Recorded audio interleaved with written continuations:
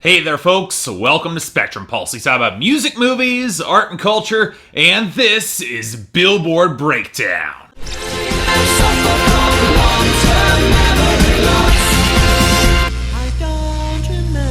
For all of those of you who wanted me to cover Drake and Future's surprise collaboration album, you're gonna get your wish, because it effectively crushed everything in its path, and I think for the third time this year, it turned the Hot 100 into the Drake Show. And please tell me that I'm not the only one who's starting to get a little bit sick of that at this point. Go with my suspicion that views from the 6 will probably still end up dropping this year, and the fact that Drake was responsible for co-signing The Weeknd and helping him become huge. The hip-hop story really has been dominated by Drake this year, fairly or not, and yet he got there by making some of the least interesting music of his entire career. And given the somewhat mixed critical response I've seen for What a Time to Be Alive, I suspect that we're gonna hit the backlash zone anytime now, because Drake is reaching dangerous points of overexposure. But apparently most of the mainstream public disagrees, because we have 17 new songs this week, and nearly half of them had Drake. And you know, that's not even counting the top 10, where Drake had even more success. But before we get to him, we have to talk about The Weeknd holding down #1 with The Hills, even despite not leading in a single category. But the gains in airplay, sales, and YouTube, along with continued strength in streaming, shows that unless it faces a serious challenger, it might hold on to the top for quite some time. In comparison, what do you mean by Justin Bieber surged on the radio and still leads streaming and has plenty of YouTube, but this week it slipped just enough in sales to imply that interest might be starting to wane a little bit early. Meanwhile, Can't Feel My Face by The Weeknd held on to #3, despite declining at the very top of radio, not great sales, and losses in streaming, although YouTube surprisingly picked up a little bit of speed. But right behind it, we see that Drake's got Hotline Bling riding and the surges of airplay, big sales, and even bigger streaming at #4, and that's without even having a video. And look, I don't even see the appeal. It's jerky, Drake's hook is way too clumsy, and a decent melody can only excuse Drake's obnoxious concern trolling for so long. Regardless, it was finally enough to shove down Watch Me by Salento down to #5, which despite having a not particularly strong week in sales, actually gained on YouTube. Folks, isn't this Soulja Boy wannabe played out already? The summer's over, this can stop! Beyond that, Fetty Wap rides out some of the hype from his debut with 679, with Monty rising up to #6 thanks to streaming gains, decent sales, and somehow even picking up more airplay, somehow overtaking Locked Away by Rock City and Adam Levine at #7, which despite a good sales week and even better airplay gains, doesn't really have huge streaming, and that can be a problem in today's world. Next came the surprising tumble of Good For You by Selena Gomez and A$AP Rocky. I honestly thought the song would have a little bit more longevity, but it looks to have that it peaked in airplay and took losses in sales and streaming this week. Not quite as bad as Cheerleader by Omi, which fell again to #9 thanks to losses across the board, but especially in radio, it was just in free fall at this point. This makes it vulnerable to challenges from our other overexposed celebrity of 2015, Taylor Swift, and her song Wildest Dreams, which is making major pushes in sales and airplay, but YouTube didn't quite take off the way her previous singles have, and the streaming is painfully weak. She'll have a hard time making more headway to the top without that streaming, and that's a problem for her. And on the topic of failures, present and future, we've got our losers and dropouts. Wow, we had a lot of these across the board, with the most notable in the latter case being Lovin' You Easy by the Zac Brown Band, Shoulda Been Us by Tori Kelly, She's Kinda Hot by 5 Seconds of Summer, Hell of a Night by Dustin Lynch, and finally, Post to Be by Omarion featuring Chris Brown and Jhené Aiko. All of which don't really surprise me, given that they were on their way out anyways. And most of our losers fall into a similar category. Honey I'm Good by Andy Grammer falling down to 48, Buy Me a Boat by Chris Jansen going to 57, Kick the Dust Up by Luke Bryan. These guys are near the end of their runs. Hell, I'm even happy that Blase by Ty Dolla $ign, Future, and Ray Sherm are falling hard to 96 off the debut last week. That's only good thing, the song's terrible. But beyond that, I'm seeing a lot of losses that don't make a ton of sense. I mean, Fly by Maddie and Tay falling to 72, even despite the fact that country radio is bleeding songs and not replacing them fast enough. Black Magic by Little Mix stalling its momentum at 78. I Don't Like It, I Love It by Flo Rida, Robin Thicke, and Verdi and White plummeting down to 97 almost out of nowhere. Rico by Meek Mill and Drake being the one Drake song that wasn't successful this week, going down to 100. And most depressingly, All Right by Kendrick Lamar falling down to 98. Were all these losses really worth it for the return of the Drake Show here? And on that note, only one of 2 gained Gainers was exactly the one you would expect. Where Ya At by Drake and Future rising up to 33, even though it was a collaboration that wasn't even on the surprise album, but from Dirty Sprite 2 earlier this summer. The other surprising boost was for Uptown Funk by Mark Ronson and Bruno Mars of all things, going back up to 14 thanks to a sudden resurgence in streaming? Okay, I guess that's good. I still like the song. Remember what I said about overexposure? Maybe it's just because I cover the Hot 100 every single week, but if Drake's only starting to feel that for me, Uptown Funk crested it about 6 months ago. Still, it's a damn good song. I'm not exactly complaining that much. And since we don't have any returning entries and 17 new songs, we got no time to waste here. Let's start with number 99, Hold Each Other by A Great Big World featuring Futuristic.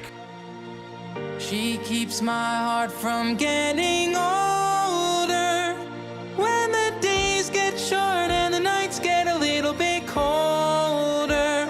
We hold each other, we hold each other. Well, I didn't really expect this. Granted, I feel like every time I talk about A Great Big World, the YouTubers turned hitmakers with their collaboration with Christina Aguilera Say Something became inescapable in early 2014, and also happened to be a pretty damn great song. This appears to be their newest single, teaming up with Arizona MC Futuristic for the hip-hop crossover appeal, and I have to admit, from their roar-esque high treble keys opening the song, I was expecting something kind of phoned in, more of a sellout. Considering the strings didn't sound nearly as organic as they used to, putting that aside, it's a surprisingly solid triplet of love songs. From the opening Heartbreak to the Newfound Love to Futuristic's verse reasserting his commitment with a flow that kind of reminds me a little bit of Childish Gambino by way of B.O.B. I'm not saying the song does more than be a solidly melodic pop song, but A Great Big World have a pretty damn potent emotive delivery in their vocals, and that elevates this enough for me because it's a damn good song. I'll take it. Number 95, Powerful by Major Lazer featuring Ellie Goulding and Tarrus Riley. It's so powerful, I can feel it when you hold me, when you touch me. It's so powerful.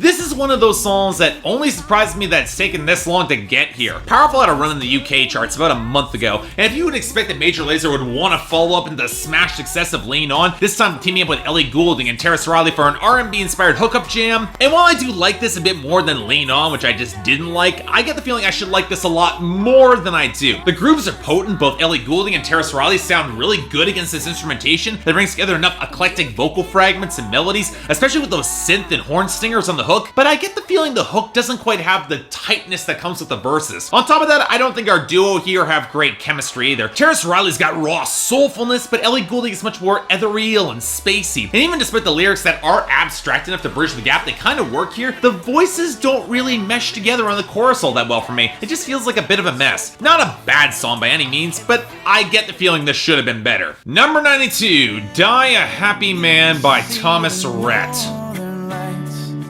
Or if I never get to see the Eiffel Tower at night, or if all I got is your hand in my hand, baby, I could die a happy man. So, okay, if my luck holds, Crash and Burn will hopefully miss the year-end list so I don't have to shred this thieving pop country hack any more than when I cover his upcoming album. And really, at this point, it's just gonna be a question not whether the album will be bad, but how bad it will be. In the meantime, we got his newest single, Die Happy Man, and I'll give him some credit, the song is an improvement, mostly because it eases off on the obnoxiousness and brings in some genuine sincerity for a decent enough country love song that actually remembers it's a country song. The odd thing is that the muted guitar groove feels a little bit too choppy to fit in with the production or Thomas Rhett's delivery, but the writing is good enough to capture the exhausted euphoria that comes after a great night together. So yeah, this is a good song. So maybe Tangled Up won't suck as much as I'm expecting? Let's hope so. Number 90, Runnin' Lose It All by Naughty Boy featuring Beyonce and Arrow Benjamin. Running from myself no more. I'm ready to face it all. If I lose myself, I lose it all. So anyone anyone else get the odd feeling that Beyonce's been quiet for longer than you'd usually expect? I'm not saying I'm expecting her to pull another stunt like her self-titled album in 2013, but I wouldn't be surprised if she did. In the meantime, she teamed up with UK garage R&B producer Naughty Boy for this song, and honestly, I kinda hope this is a hit because this is pretty awesome. Speaking as someone that has never ever been a Beyonce fan, she sounds fantastic on the song in her more soulful lower range, and Arrow Benjamin is a great counterpoint to her. Coupled with the instrumentation that's anchored in a pretty decent piano line, and a mix that gives the vocals a lot of swell and a clattering beat that can match Beyonce's intensity, especially with the string swell and that great subtle guitar flourish at the end of the hook, I would normally be completely sold on this if it wasn't for the way the momentum kinda dies off at the end of the track. It really could have ended better. Hell, even the lyrics are strong here, focusing on coming to grips with a breakup and the reassertion to commit to themselves so they don't lose themselves and grieve for fear. But really, even though I've never really seen Beyonce as the electronic diva dance sort of artist, she's far better at it than making trash like 7-Eleven, so I hope she does more of this, because this song, it's really great. Check this out. Number 89, I'm the Plug by Drake and Future. Got a gang of cash, I'm in like about the plug with me, nigga looking for the plug, nigga on the plug, really. Really on the plug, really on the plug. Really on the plug, really on the plug. Really on the plug, really on the plug. Really on the plug, really on the plug. So now it's time for the Drake and Future show to begin, and we start off with a song that honestly doesn't set me up to expect all that much here. A muted, half-heard melody behind these trap hi-hats and bass-heavy production, with Future droning through his autotune about being the plug able to boost their hype, with Drake delivering a decent flow for his guest verse, but none of his bars being all that interesting. I think my biggest issue, besides from the sleepy production and completely empty luxury rap, is how clumsy so many of these bars are, especially Future's on the second verse that don't even come close to rhyming. Yikes, not a good sign and not a good song either. Number 88, 30 for 30 by Drake. But I'm not really sure what else you expected when the higher ups have all come together as a collective with conspiracies to end my run and send me a message. 40, did you get the message? Cause I just checked my phone and I didn't get it. I mean, I say hats off for a solid effort, but we didn't flinch for a second, we got our shit together. You know, my first thoughts upon listening to this track was, what the hell happened to the production? Did somebody record a warbling vocal warm-up, smother it in incomprehensible reverb and muffled filters, and then just slather it onto what was otherwise a pretty decent piano line? Otherwise, Drake gives for an extended, long-winded freestyle verse about his life, addressing how Meek Mill and his attackers kind of evaporated once the summer was over, which they did do, his current legal issues, and a whole slew of people trying to leech off of his fame by calling themselves family. And well, for Freestyle, it actually connects a lot more often than it doesn't, and Drake's weariness about the whole unfunding mess does feel kind of legitimate to me, but I do wish the song had a little bit more focus on those issues and didn't try to throw in pointless luxury rap bragging or trying to give a little bit more insight how Drake feels here. It just didn't fit the mood. Overall, it's better than the last song, but Drake has done better than this year. Just saying. Number 86, Scholarships by Drake and Future. I go so hard with these riches. I fell in love with the doty. I fell in love with the rolling. I wake up, pray every morning. These demons, they calling my soul. I say fuck all of you hoes. I'm balling out of control. I'm balling out of control. Now, granted, Drake's also done a lot worse, and this song is a prime example. Granted, it's got better production than I'm the Plug with the washed out keys and sparse percussion, but then we've got Future dropping into his most subdued bars yet as he moan raps again about Sierra dumping him on the bridge before more droning luxury rap. Dude, it's been months. You cheated on her, and Sierra's I Bet is better than the majority of your entire discography. Aside from that, I can't really say all that much. The bawling out of control is remotely believable, at least until Drake injects a little bit of fire into his verse with a slightly off-kilter melodic cadence that actually doesn't sound half bad. Then again, Future just drags this song back into the gutter and it really can't recover. Speaking of which, number 85, Live from the Gutter by Drake and Future. I ain't talking about some big money shit. I ain't talking about big money shit. I ain't talking about big money, bitch. Reporting live from the gutter, high body motherfucker talking big money shit, bitch.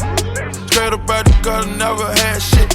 Now we got 90210 on our address. Okay, I think I might actually kind of like this. Yes, even despite Future's unrepentant bitching about Sierra dumping him again, which he tries to play off with that auto-tune cackle, but even with that, Future's flow wasn't terrible. The melancholic pianos with the blubbery bass and the noise of the streets echoing around them adds a layer of grimy menace that plays the song's advantage of reporting straight from that filthy gutter. And while I wouldn't say that Drake's raw hedonism is all that interesting here, the ignorance does kind of work with the rougher production, so far I'm not exactly loving any of these Drake Future songs, but fortunately we got something to replace it. Number 84, Confident by Demi Lovato. What's wrong with being confident? What's wrong with being confident?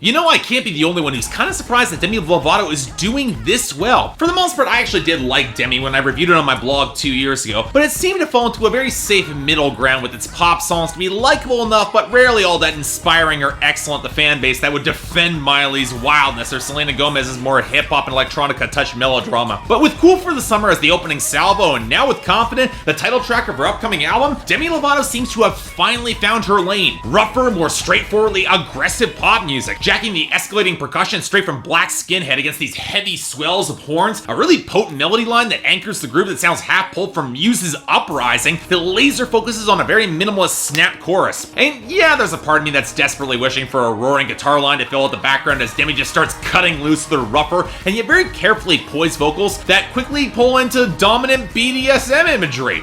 Okay, I buy it a hell of a lot more here than I do from Rihanna. Well, it's because Demi's got the balance between sensual and harsh a lot better, but it does feel a little bit too broad for me. Well, it's because it's caught between slinky or sexuality and pure rock explosive force. It doesn't quite nail the sexual poise of Cool for the Summer. Still, Demi's filtering her tendencies towards heaviness in the right direction, and she's becoming a more expressive performer with every single song. Color me impressed. I'm actually looking forward to her new album, and I never thought I'd say that because this is a great song. Number 81, Digital Dash by Drake and Future.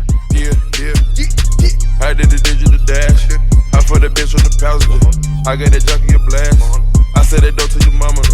Out on the street like the mama. You rats will never be honorable. They know I'm a kid of my word. I hustle the first to the first.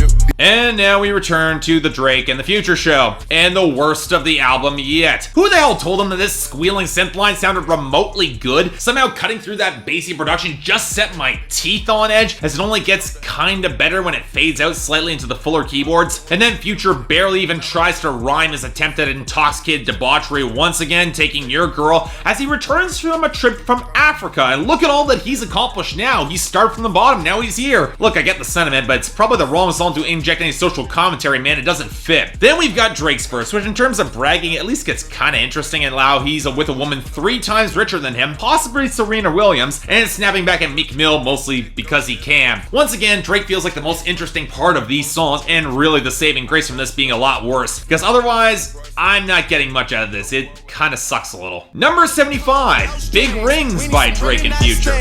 We need some really big rings. I got a really big team. I got a really big team. They need some really big rings. They need some really nice things. Better be coming with no strings. Better be coming with no strings. We need some really nice things. We need some really big rings. I got a really big team. So for the first time this week, Drake actually takes the lead on the hook and the verses, and actually sounds enthused and energetic. I'm not all that amazed by the content. It's basically celebratory party music with the substance of an empty bucket made of air, where everyone just wants really big rings of all things. But the high glossiness of the synths driving the melody on a heavier beat actually does lend the song a bit of opulence that can gain some swell, even though I think the bass can drown it out a little bit on the verses. Hell, even Future's mostly on his game with the quickly paced smackdown, and even though his technical rhyming isn't all that good, his flow works and his verse is short enough to ignore to get back to the hook. Overall, not really a great song, but I can see all the party appeal then. I could get hyped to this. Number 71, Save Dat Money by Lil Dicky featuring Fetty Wap and Rich Homie Quan. With the clothes out, baby. With the dough out, baby. In the bank, you know I ain't tryna blow that, baby. We gon' save that money. We gon' save that money. I gather this is going to be short and sweet. Short and sweet. Okay, how to explain this? Okay, for those of you who don't know, Lil Dicky is a rapper slash comedian from Pennsylvania with the worst rap name since Titty Boy, and whose video went semi-viral as he tried to make the most epic rap video without spending any money. So, okay, it's a novelty song, and Lil Dicky got Fetty Wap for an instantly memorable hook that kind of fits the more goofy persona he had going on his debut, and Rich Homie Quan for a verse that kind of went nowhere and was kind of asinine, but I think that might have been the point. It was actually the one joke that kind of worked for me. But here's my issue. Didn't Macklemore and Ryan Lewis already do this with Thrift Shop and actually made it kind of awesome? Or when Weird Al parodied Whatever You Like, or Kendrick Lamar's verse on the Lonely Island's YOLO? Because this, it's a lot less funny, and a lot of it has to do with Lil Dicky's tone. Those previous songs, they went for populism or went over the top and actually had something to say about fiscal responsibility. Lil Dicky just plays it off as being a cheap dick himself with a bunch of really forced and really unfunny Jewish jokes. Especially with that ugly outro that just goes on way too long with all the pitch shifting. There's no insight to it. It seems like they're saving just to save money. Especially when Lil Dicky's excuse for not wearing clean underwear is because he doesn't have the $4.50 in quarters for the laundry, and dude, that's just gross. At the end of the day, it's a novelty comedy song from top to bottom that isn't even that good as 3 other comedy songs in the same lane. So for me, I'd skip this. Number 70, Diamonds Dancing by Drake and Future. Diamond, diamond, diamond, diamonds on me dancing. Diamond, diamond, diamond, diamonds on me dancing. Diamond, diamond, diamond, diamonds on me dancing. And you know what I need from you when I... You wanna know what my biggest issue with this Drake Future tape is? With the exception of Big Rings, neither of them remotely sound like they're having any fun despite all this flossing, which can mean that 5 minutes of bragging can lose a lot of impact, especially when they're both in droning auto-tune mode, especially with Future trying to reach into his upper range with disastrous results, and Drake's extended and generally sour outro with much of the same nonsense I didn't like on Hotline Bling. And at least that song had some good instrumentation. Washing out the hollow synth melody only kicks into gear with the more aggressive percussion on that hook. And really, since the hook is the only thing you're really gonna care about when dancing in the club, it's not bad, I guess. But for all those diamonds dancing, Future and Drake sure sound hell of unenthused. Oh, and Future, you're not remotely believable when you say you want substance in your girls on a track like this, given your vapid bridge here and every other track on this tape. Number 61, RGF Island by Fetty Wap. Don't worry about my niggas, cause I got them. My niggas stack they money just to spend it. Cause when you die, you cannot take it with you. And if you ain't beefing about no money, then what's the problem? Don't worry about my niggas, who I got them.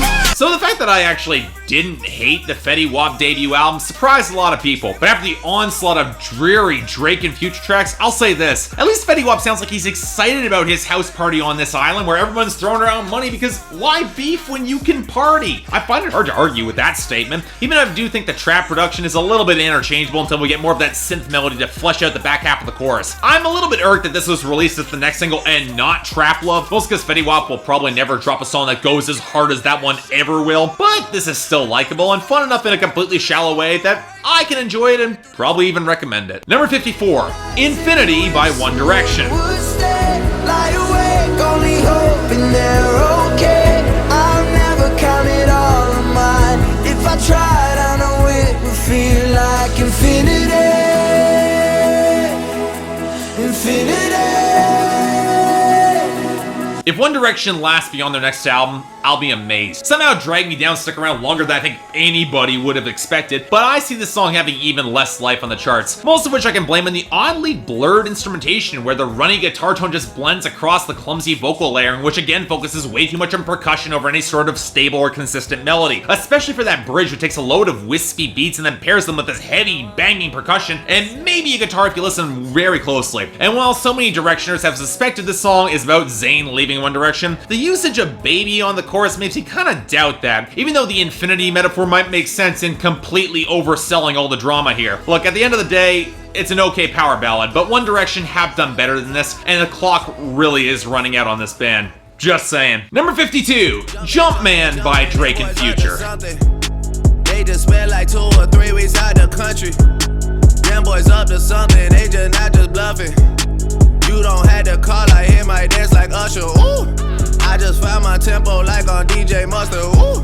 I hit that Ginobili with my left hand, though, like, woo. So, this was the biggest song from Drake and Future this week. The one that's inevitably destined to take off as a big single, and really, it seems like the sort of song that's set to hype up something that never really happens. Forget the washed out synths, the thicker bass, and the sparse trap percussion that's been the melodramatic hallmark of this profoundly uninteresting project. The repetition of words is that Drake and Future, they're up to something. And then the song provides little to no payoff to that beyond Drake and Future making hit and miss references to basketball, luxury brands, and DJ Mustard of all things. And considering Metro Boomin produced the track, it seems like a weird reference, if only to imply that you just found your tempo. Okay, still slap at your producer, not all that cool, dude. Beyond that, the song doesn't really interest me at all. That's probably my edict on this entire Future and Drake project. A couple decent bars here and there, a couple decent beats, but overall, a lot of filler that wouldn't be out of place off of a Future's last record, or Drake if you want to make something even muggier than usual. Overall, by the standards of party bangers, I find it hard to classify What a Time to Be Alive as even all that fun. And for a record that's really just coasting on all of that vibe to be played in the clubs, I have to say, that's an issue. And finally, number 22, On My Mind by Ellie Goulding.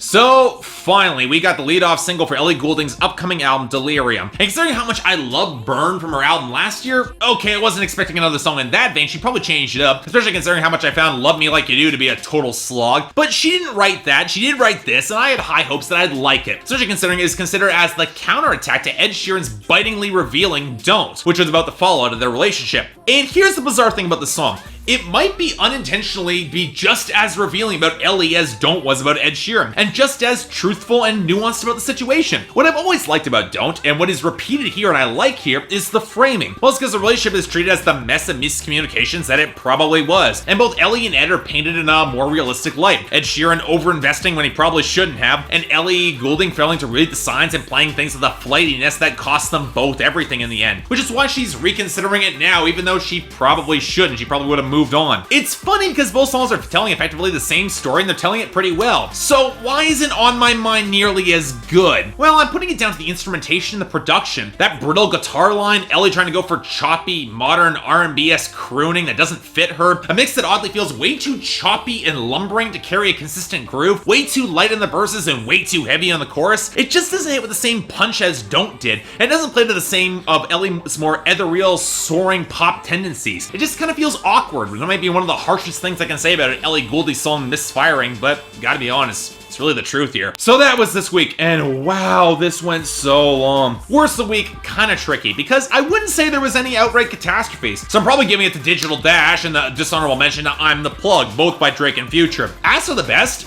we actually have some tight competition this week, so for some great songs, but for a narrow race, I'm giving out a tie for Runnin by Naughty Boy, Beyonce, and Arrow Benjamin, and Confident by Demi Lovato. Really, it's too damn close for me to tell. I like both these songs equally. They're both awesome. Let's just hope next week is a little bit less overloaded, because this was crazy. Until then, I'm Mark. You're watching Billboard Breakdown on Spectrum Pulse, and I'll see you